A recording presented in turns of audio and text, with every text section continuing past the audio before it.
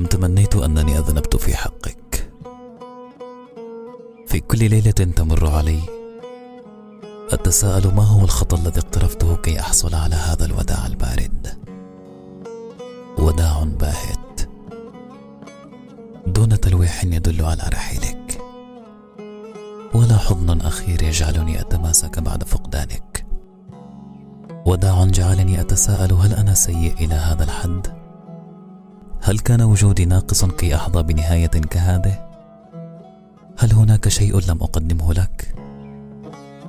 هل كان وجودي سيء للحد الذي يجعلك تذهب دون وداع، دون مقدمات، دون كلمات ترضي أنين روحي منذ لحظة وداعك؟